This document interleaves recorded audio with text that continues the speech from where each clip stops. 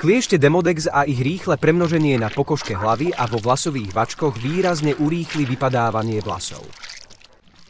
Kliešte Demodex nie sú hlavnou príčinou vypadávania vlasov, ale významne ovplyvňujú jeho priebeh. V takejto situácii bude ťažké, ak nie nemožné, zastaviť vypadávanie vlasov bez toho, aby sa odstránili kliešte Demodex. Tento mladý chlapec má niečo po 20-ke, prišiel na prvý preventívny monitoring pokožky hlavy a hneď sa zistilo, že má demodexovú folikulitídu pokožky hlavy v pokročilom štádiu. Našťastie prišiel včas, vlasy mu zatiaľ nevypadávajú a za 7 až 10 dní bude pokožka hlavy a vlasy úplne v poriadku.